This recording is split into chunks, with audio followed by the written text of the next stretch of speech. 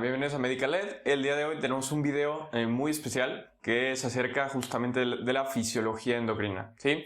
Antes de iniciar me gustaría comenzar con un concepto que es básico y que nos va a permitir entender el resto del video, ¿sí? Este concepto es el concepto de hormona, ¿sí? Según diferentes bibliografías entran en común a que una hormona es aquella sustancia química que sintetiza cierta célula, ¿sale? Y que tiene el objetivo de mantener justamente ese estado de equilibrio del que ya hemos hablado en videos anteriores, que se le conoce como homeostasis. Entonces, las hormonas son parte fundamental para el mantenimiento de la homeostasis, ¿sí? Estas hormonas van a ser justamente secretadas por órganos endocrinos, ¿sí? Que se subdividen en órganos endocrinos principales y en órganos endocrinos secundarios, ¿sí? Dentro de los órganos endocrinos principales tenemos justamente a estos 7, ¿sale? Los primeros dos tienen una gran relación entre ellos y es justamente el hipotálamo, que realmente es una estructura del sistema nervioso central, específicamente es parte del diencéfalo y que funge como un centro regulador de diferentes funciones del organismo, ¿sí? Entonces el hipotálamo es considerado parte del sistema endocrino porque secreta ciertas hormonas que son conocidas como hormonas reguladoras, que tienen precisamente la función de regular la secreción de este segundo órgano que se le conoce como hipófisis o glándula pituitaria.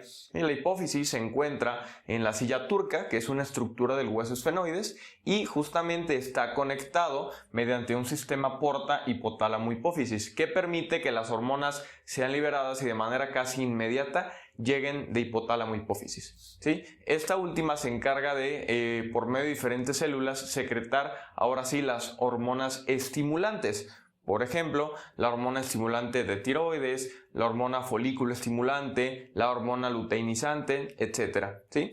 Estas a su vez van a tener como órgano diada algún tejido endocrino en particular, ¿ok? Siguiendo con esta lista tenemos a la glándula tiroides, que se encuentra justamente en la parte anterior del cuello y que va a estar albergando en su cara posterior a las glándulas paratiroides, que son en la mayoría de las personas 4 y que van a estar justamente unidas a este tejido y tienen la función de regular precisamente el balance entre el calcio y el hueso, ¿sí? Después tenemos al páncreas endocrino, que en realidad es una parte nomás del páncreas. El páncreas tiene dos funciones: la función exocrina, que corresponde al 99% de la función, y el 1% de la función es la función endocrina, ¿sí? Que va a permitir la regulación del metabolismo de carbohidratos y lípidos principalmente. Después tenemos a las glándulas suprarrenales, que anatómicamente se encuentran justamente sobre el polo superior de ambos riñones y que van a tener dos grandes, o mejor dicho, dos partes principales, que son la médula, un poquito más interior, que se encarga de liberar catecolaminas como parte del sistema nervioso autónomo, y cubriendo a esta médula se encuentra la corteza, que ahora sí es la que va a secretar las hormonas per se.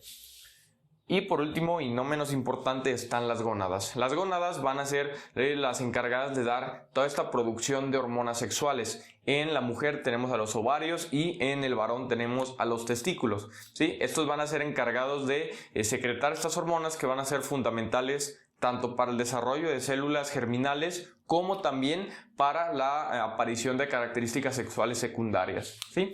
Entonces, estos son, repito, los órganos endocrinos principales, pero no son los únicos, porque hay otros tejidos que tienen funciones ya previamente establecidas, pero que además aportan un extra.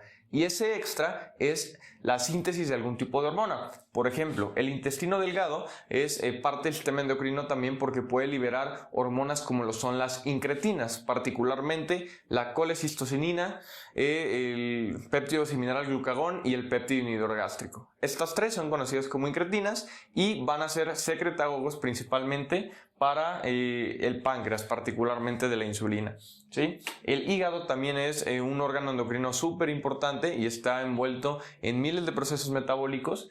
El tejido adiposo, que hasta hace poquito solo era considerado un tejido de almacén de triglicéridos, bueno, hoy en día es parte fundamental del sistema endocrino, ya que se ha establecido que hormonas como la resistina, como la adiponectina, bueno, son parte directa y parte importantísima justamente de la regulación metabólica. Tenemos acá también al corazón, que además de su función como bomba, tiene la capacidad de secretar algunas hormonas como los péptidos natriuréticos, que ayudan sobre todo al balance de agua y sodio. Entonces, como vemos, realmente la función del sistema endocrino depende de muchos órganos que en conjunto van a mantener esta homeostasis. Ahora sí, antes de hablar de cómo es que se clasifican las hormonas, hay que ver cómo es que estas pueden señalizar. Y es que hay particularmente 3 tipos de señalización celular que hay que conocer, ¿sí? El primero de ellos sería la señalización autócrina. ¿En qué consiste esta? Como dice su nombre, auto hace referencia a que la hormona va a actuar en la misma célula que la secreta. Por ejemplo, aquí tenemos a una célula, ¿sí? Su núcleo. Y digamos que esta célula secreta una hormona, ¿sí? Aquí la vemos. Esta hormona es secretada desde la célula, ¿sí? Y va a tener la capacidad de actuar sobre ella misma. ¿Por qué? Porque acá va a tener receptores específicos en donde se va a unir dicha hormona y va a poder actuar en ella misma. ¿Sí? Este tipo de señalización es vital, por ejemplo, para células como los linfocitos, que tienen factores de crecimiento que actúan de esta manera. ¿Sale? Otro ejemplo de señalización es la señalización paracrina. ¿En qué consiste esta? Bueno, el nombre para hace referencia a que está a un lado. Entonces, va a ser una señalización en la cual la célula que secreta la hormona va a actuar en una célula vecina. Entonces, acá tenemos a ambas células y digamos que esta es una célula beta, ¿sí? Por poner un ejemplo. Las células beta en el páncreas sintetizan insulina, ¿sí? La insulina es liberada y esta insulina va a actuar en células vecinas como lo son las células alfa, ¿sí? Y en esas células alfa generan justamente una acción. Es una acción sobre todo inhibitoria. La insulina secretada en las células beta por acción paracrina puede unirse aquí a los receptores, ¿sale? E inhibir a la célula alfa, ¿sí? Que es la encargada de secretar el glucagón. Y de esta manera tenemos un ejemplo de señalización paracrina. Y en la señalización endocrina lo que sucede es que la célula sintetiza X hormona. Una vez que la hormona es liberada, esta va a buscar el torrente sanguíneo y va a viajar entonces por medio del torrente, ¿sale? Que es justamente la señalización más común y que va a permitir que este tipo de órganos que realmente están distribuidos por todo el cuerpo puedan tener una interrelación entre sí y la hormona pueda llegar de manera directa hacia el tejido u órgano diana, ¿sabes? Conociendo ahora sí esto, vamos a hablar un poquito de cómo se clasifican ahora sí las hormonas. Y es que la clasificación de hormonas va a ir según su estructura química. Es lo primero que hay que tomar en cuenta, ¿okay? Y según la estructura química, tenemos que las hormonas se clasifican en 3 grupos. Primer grupo, las hormonas polipeptídicas y proteicas, ¿sale? Segundo grupo, las hormonas esteroideas. Y tercer grupo, los derivados de tirosina. ¿Sale? Primero, las hormonas polipeptídicas y proteicas. Su base química es que están hechas a partir de aminoácidos, ¿sí? Y el punto de corte para hablar de si es polipéptido y proteína son 10.000 daltons o 10 kilodaltons, como lo quieran hacer.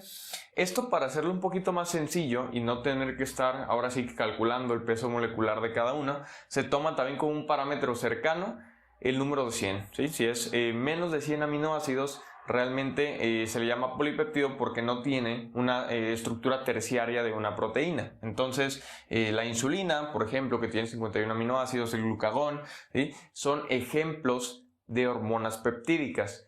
Mientras que estos de acá arriba, como la hormona del crecimiento, la prolactina, la LH y la FSH, si superan este número, tienen estructuras terciarias e incluso pueden añadir grupos extra como algún sacárido. Entonces, estos sí son consideradas proteínas, ¿vale? Por otro lado, las hormonas esteroideas, estas no se componen de aminoácidos. ¿Por qué? Porque su núcleo químico es el colesterol, ¿sí? Tienen una molécula de colesterol que por medio de modificaciones enzimáticas, bueno, se va a poder crear cada una de estas hormonas, como lo son la aldosterona, como lo es el cortisol y como lo es también el calcitrol o vitamina D3, ¿sí? Finalmente, el tercer grupo es un grupo muy reducido que son los derivados del aminoácido tirosina, ¿sí? Estos son principalmente las hormonas tiroideas, triiodotironina, también conocida como T3, y tiroxina, conocida como T4, son hormonas que por medio de acción enzimática a partir de la tirosina se van a crear en lo que sería el coloide de la glándula, ¿sí? Diferencias entre ellos, bueno, las hormonas polipeptídicas y proteicas son hidrosolubles, y son hidrosolubles porque tienen aminoácidos y porque no necesitan proteínas que los lleven a lo largo de la sangre. Ellas mismas solitas pueden transportarse. Caso contrario de las hormonas esteroideas, que al tener una base de lípidos, bueno, pues la va a ser liposoluble y entonces necesitan de hormonas como la albúmina, ¿sí?, para estar justamente yendo de un lado a otro, ¿sale?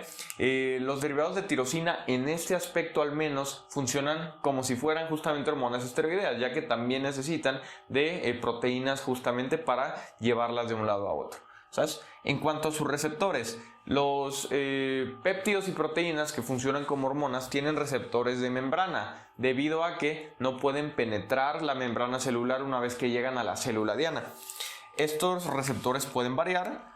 Por ejemplo, hay cierto tipo de péptidos, caso de la hormona paratiroidea o PTH, que su receptor es un receptor acoplado a proteína G, ¿sí?, como los que ya hemos visto en el canal. Hay algunos otros, como el caso de la insulina, que son receptores tirosina quinasa, en donde llega la hormona y la unión de la hormona va a hacer que se fosforilen ciertos residuos de tirosina, ¿sí? En el caso de las hormonas esteroideas, estas tienen justamente unos receptores citoplasmáticos, debido a que sí pueden atravesar la membrana y entonces van a llegar y se van a unir a ese receptor. Sí, que es un receptor citoplasmático que normalmente está unido de manera directa a proteínas como las proteínas de choque tóxico, ¿sí? Y finalmente, el caso de los derivados de tirosina, estos tienen receptores en el núcleo, ¿sí? Van a ser receptores que van a estar anclados a un receptor retinoide, ¿sí? Entonces van a funcionar realmente como heterodímeros. Este es el receptor, digamos, de hormona tiroidea, aquí se va a unir, y acá está el otro que funciona como el receptor retinoide, ¿sí? La vitamina D3, aquí nada más para agregar, funciona con este tipo de receptores, ¿sí? A pesar de que es esteroidea, no usa receptores citoplasmáticos, más bien usa receptores de tipo nuclear, ¿sí?